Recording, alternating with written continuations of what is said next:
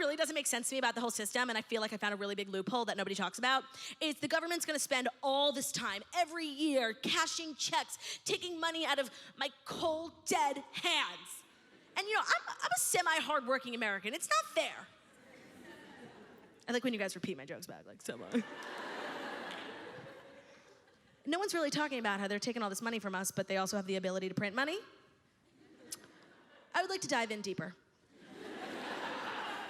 I feel as though in this country we are not utilizing money printing technologies enough, because I'll always, I'll watch the news, or, well, I'll walk past someone watching the news, and there's always some like nerd analyst being like, the national debt has reached 100 trillion.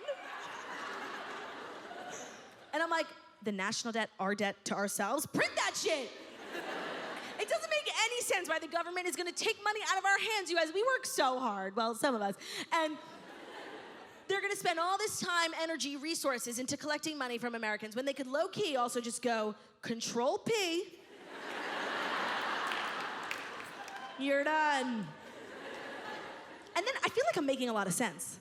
And when I start talking about this, getting really heated, people love to disagree with me. Like this girl in Chicago, she stood up and she was like, Claudia, how could you say that? So fucked up.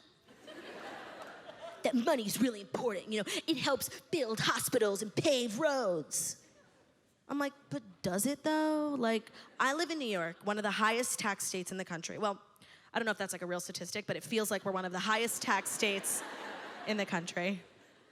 We want to talk about hospitals. Have you ever set foot inside a New York City hospital?